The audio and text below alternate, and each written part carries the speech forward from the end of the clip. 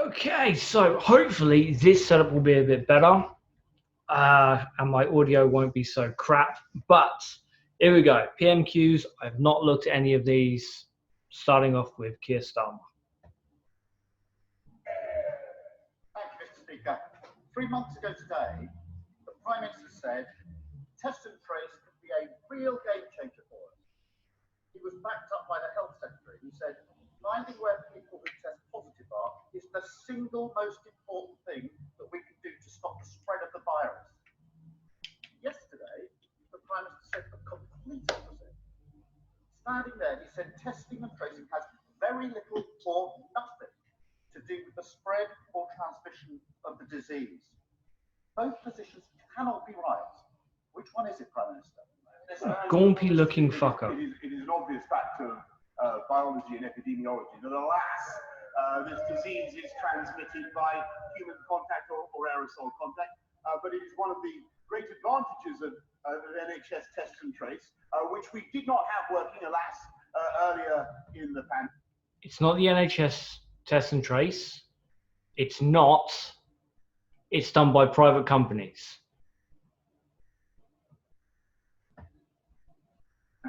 We simply didn't have it in spring, and it is the result is that we now have the ability to see in granular detail where the epidemic is breaking out, exactly which groups are being infected. That's why we've been able to deliver the local lockdowns, and that's why we're able to tell now at this stage that it is necessary to take the decisive action that we are, which I think he supports, or he did yesterday anyway, to drive the virus down, keep kids in school, and keep our economy moving. That's the point, Mr. Speaker. Starmer.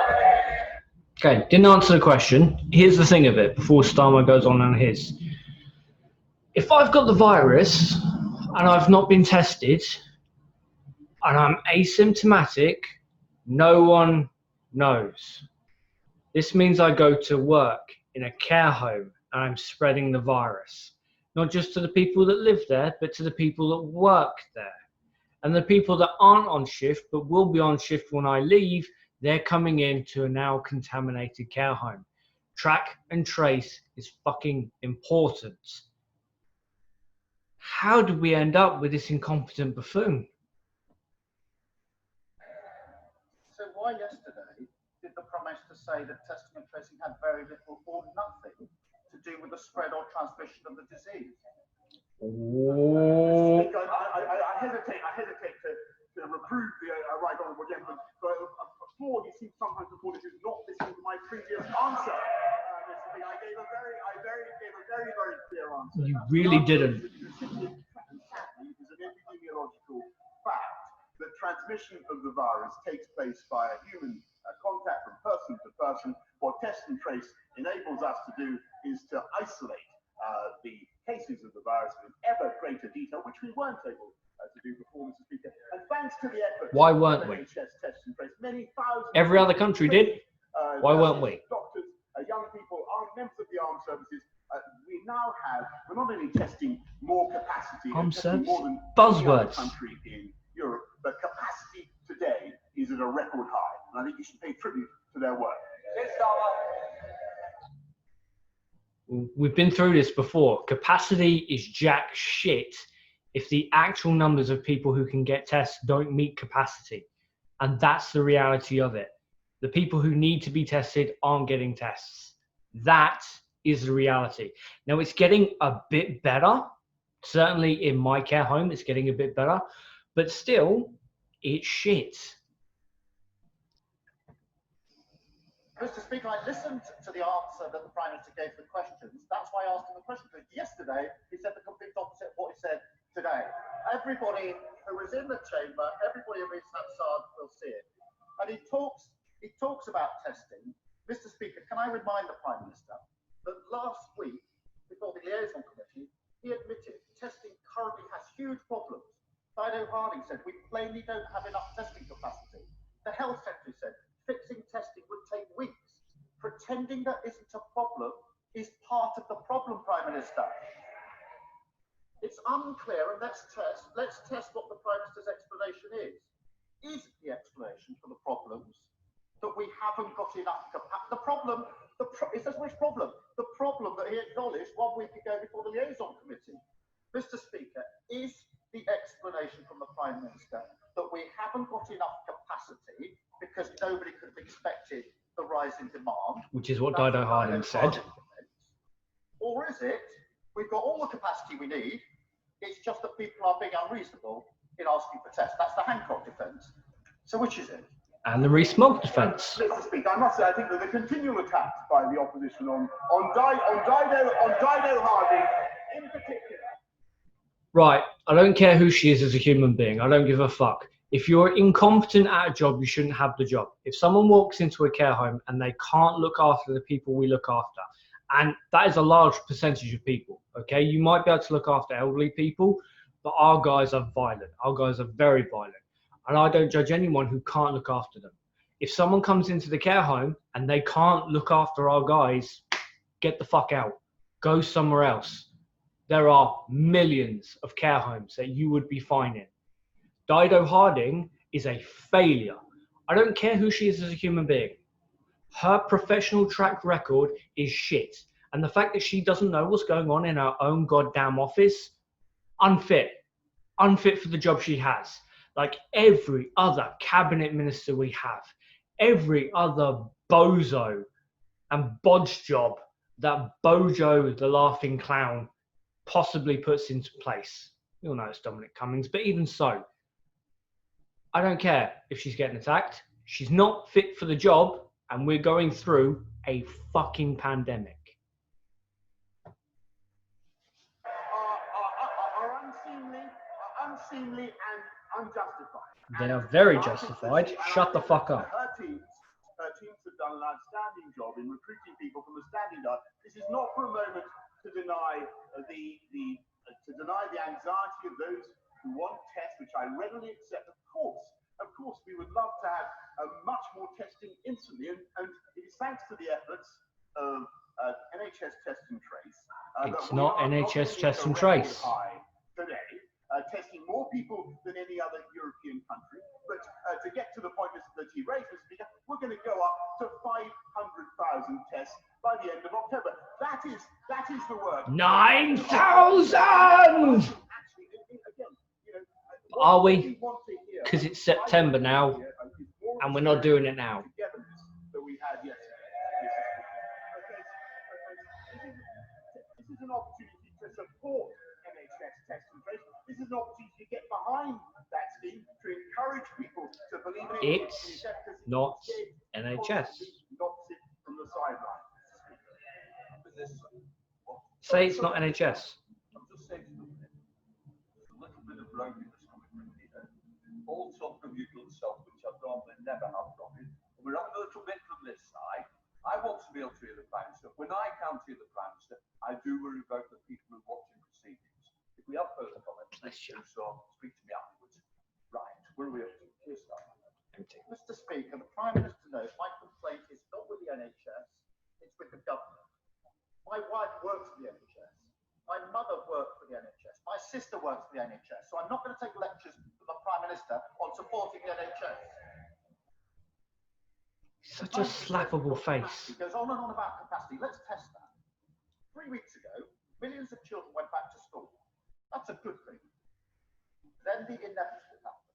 Kids get coughs, bugs, flu. That's what happens. It's in the job description. But there's no effective system in place to deal with it. Many can't get tests quickly. Schools are allocated only 10 tests. Many wait days for results. The outcome is obvious. Child and siblings off school, mum, dad or carer off work, and in some cases, all year groups off school. How on earth did we get into this mess? Prime Minister.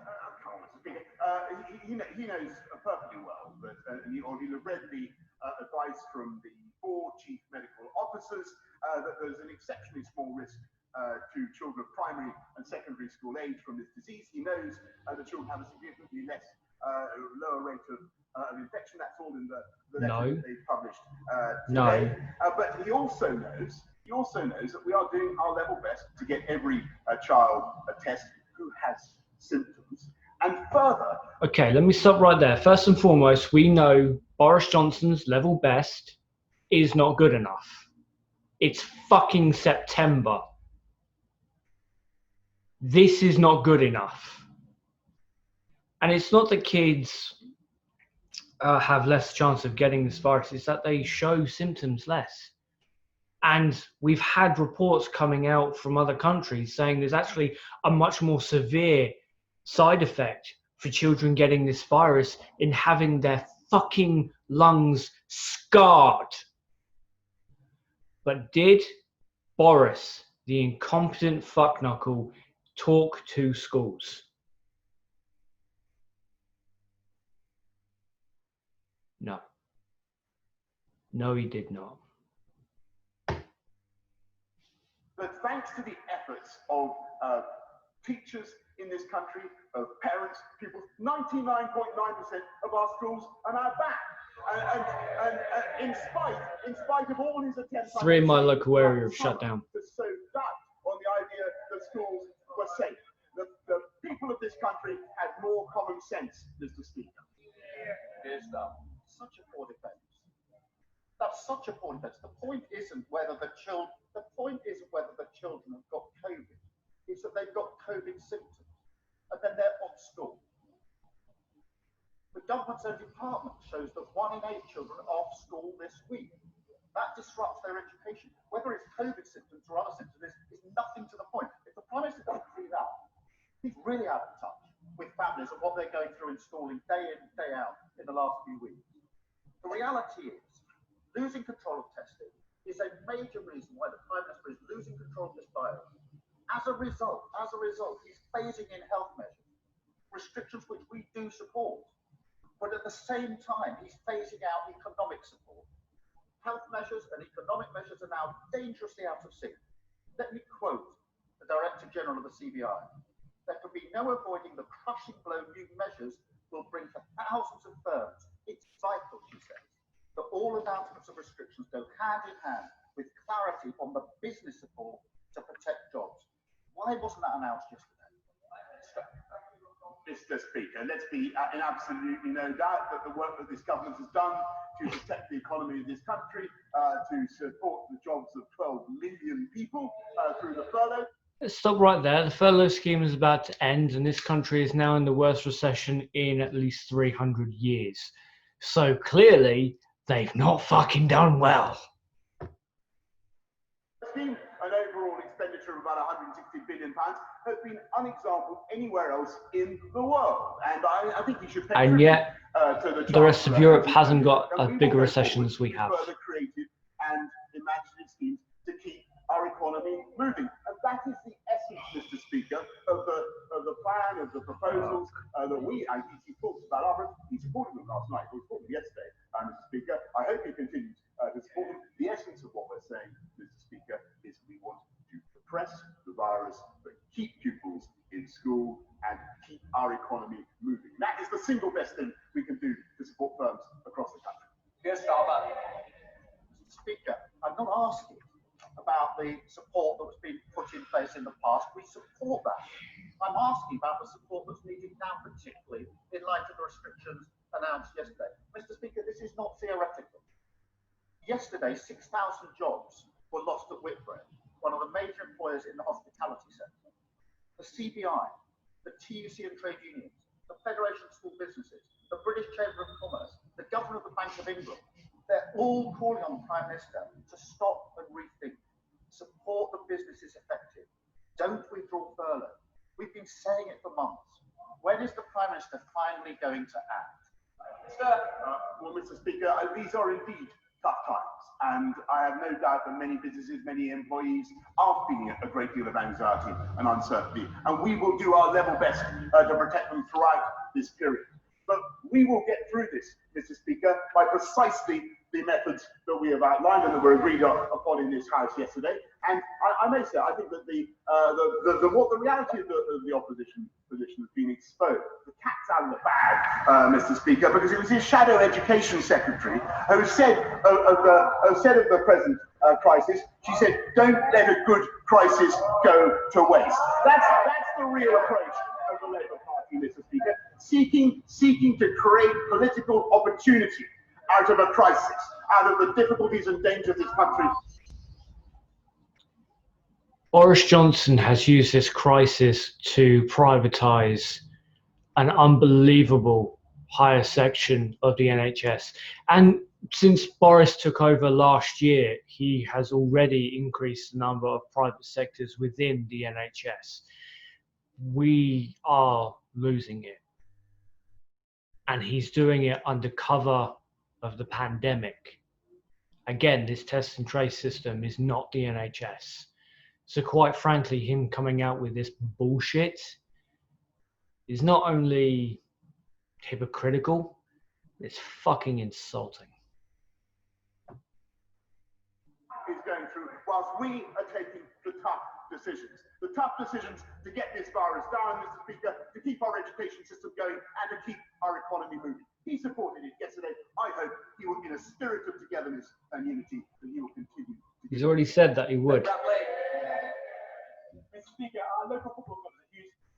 Okay, so, Ben Bradley, what a twat. Boris came out with a load of buzzwords. That's it. There was just buzzwords. That was his. I've got to get rid of Ben Bradley. Ben Bradley makes me angry. He makes me very angry. So, Boris just came out with a load of buzzwords. That was it. Oh, I don't need you to keep talking, Benny boy. Shut your head. So, yeah, Bojo came out with a load of buzzwords. That was his defense. Now,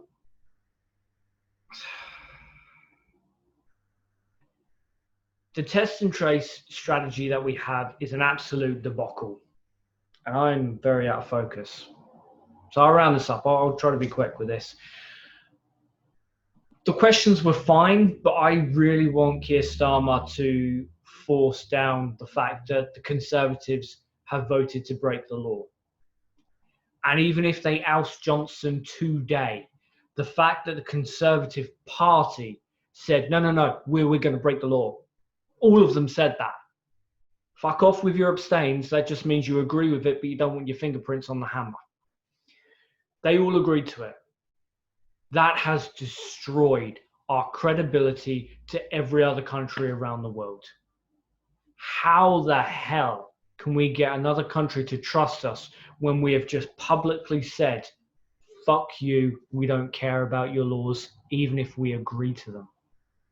I want Starmer to push that, but the NHS is very important, and I'm glad that he is pushing this as well. But it's not a single front attack. Starmer's got to be more prevalent on social media. I saw him on Twitter today, or I saw a video he posted on Twitter today, and I liked it. But I need to see more. Labour as a whole need to see more momentum, and the other groups that helped Jeremy Corbyn rise in popularity. They need to start focusing on what's actually important, because they're not. They're focusing more on trying to get Starmer out because they're butthurt Corbyn didn't win. And instead of facing the fact, they're just making excuses. We haven't got that. We haven't got that luxury. We really haven't. Boris Johnson is destroying our NHS. It is being held up by a thread. And while everyone's getting distracted, he's privatizing more and more and more, putting the most incompetent buffoons in charge of things so that later on he can say, him and the rest of his party can say, well, public health, it just doesn't work, does it? Because we tried it. You didn't. You sabotaged it. So it's good that Starmer is pushing. I think he could have been a bit more aggressive. I generally think he could always be a bit more aggressive with Bojo. But there you go. That was PMQs.